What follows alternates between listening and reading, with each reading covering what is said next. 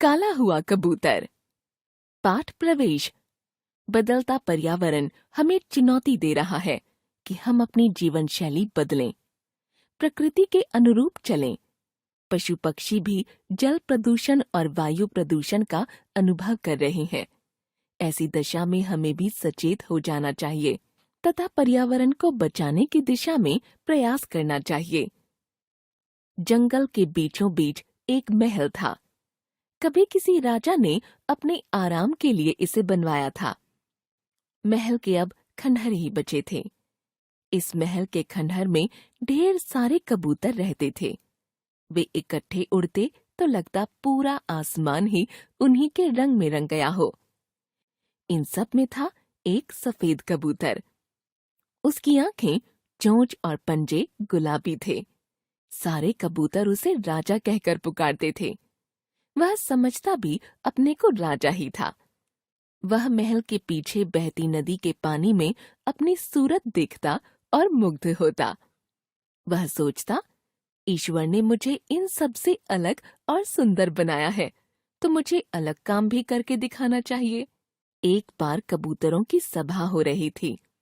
वे सब आपस में विचार विमर्श कर रहे थे। कबूतरों का मुखिया चिंतित था कि पेड़ लगातार कम होते जा रहे हैं। जब वे दाना चुगने जाते हैं तो शिकारी उनके ऊपर निशाना साधते हैं या शैतान बच्चे गुलेल लेकर उनका पीछा करते हैं। उन्हें दाने की खोज में दूर दूर तक जाना पड़ता है।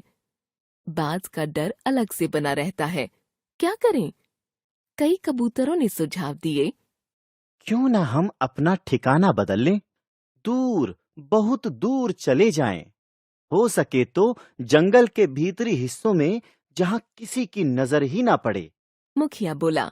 लेकिन यहाँ तो हम सब इकट्ठे रहते हैं, एक दूसरे के सुख दुख में काम आते हैं।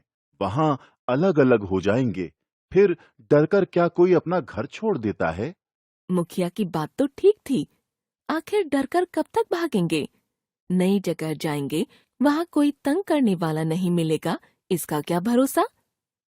उस दिन बिना कोई फैसला लिए सभा समाप्त हो गई। सफेद कबूतर ध्यान से सबकी बातें सुन रहा था।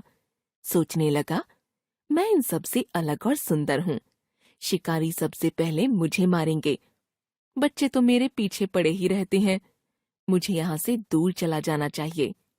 उसने यह निर्णय लिया और वह सबसे नजर बचाकर दूर आसमान में उड़ गया।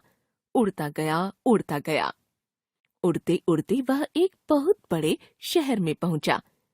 आराम करने के लिए वह शहर की सीमा से बाहर एक पेड़ पर जा बैठा। तभी उसने एक चील को देखा। चील उसे घूर रही थी।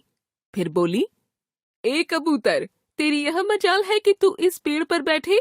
जानता नहीं कि इस पेड़ की स्वामी मैं हूँ? मेरी बिना इजाजत के इस पेड़ पर कोई नहीं बैठ सकता। कबूतर घबरा गया। उसने यह बात पहली बार सुनी थी कि कोई पक्षी किसी पेड़ का स्वामी भी हो सकता है। पेड़ तो बहुत से पक्षियों का बसेरा होता है। कबूतर कुछ कहता कि चील आंखें तरेर कर बोली, तू जाता है कि नहीं यहाँ से, या बुलाऊं दूसरी चीलों को? बेचारा कबूतर, वह वहां से उड़ा तो चिड़ियाघर जा पहुंचा। वहां के दृश्य को देख भौचक्का रह गया। बड़े बड़े शेर, चीते, भालू, लकड़बग्घे पिंजरों में बंद थे। डर के मारे उसकी जान निकल गई। बाप रे, किसने इन जानवरों को पिंजरों में बंद कर दिया? उसे लगा कि यदि वह कुछ देर और वहां रहा तो कोई उसे भी पकड़कर पिंजरे में बंद कर देगा। उसने वहां से उड़ जाने में ही अपनी भलाई समझी। प्यास से उसका गला सूखा जा रहा था। कुछ दूरी पर उसे पानी दिखाई दिया। वह वहां पहुंचा तो दंग रह गया। पानी इतना गंदा था कि उसमें उसकी परछाई भी ठीक से नहीं दिख रही थी। कहाँ जंगल में बहती नदी का स्वच्छ पानी, और कहाँ यह पानी। क्या यहाँ के लोग इसी पानी को पीते हैं? बेचारा कबूतर बिना पानी पिए ही उड़ चला। वह परेशान हो उठा। किस बुरी घड़ी में इधर की तरफ उड़ा था। उड़ते उड़ते अचानक उसे लगा कि उसकी आंखें जल रही हैं। गले में खराश हो गई है। वह एक फैक्ट्री के पास से गुजरा। वहां का सारा आसमान काला हो रहा था। कबूतर को वहां से गुजरते हुए लगा जैसे वह गर्म हवा की भट्टी के पास आ गया हो। उसका दम घुट रहा था। लग रहा था अब उड़ नहीं पाएगा। बेहोश हो धरती पर गिर पड़ेगा। नहीं, कभी नहीं।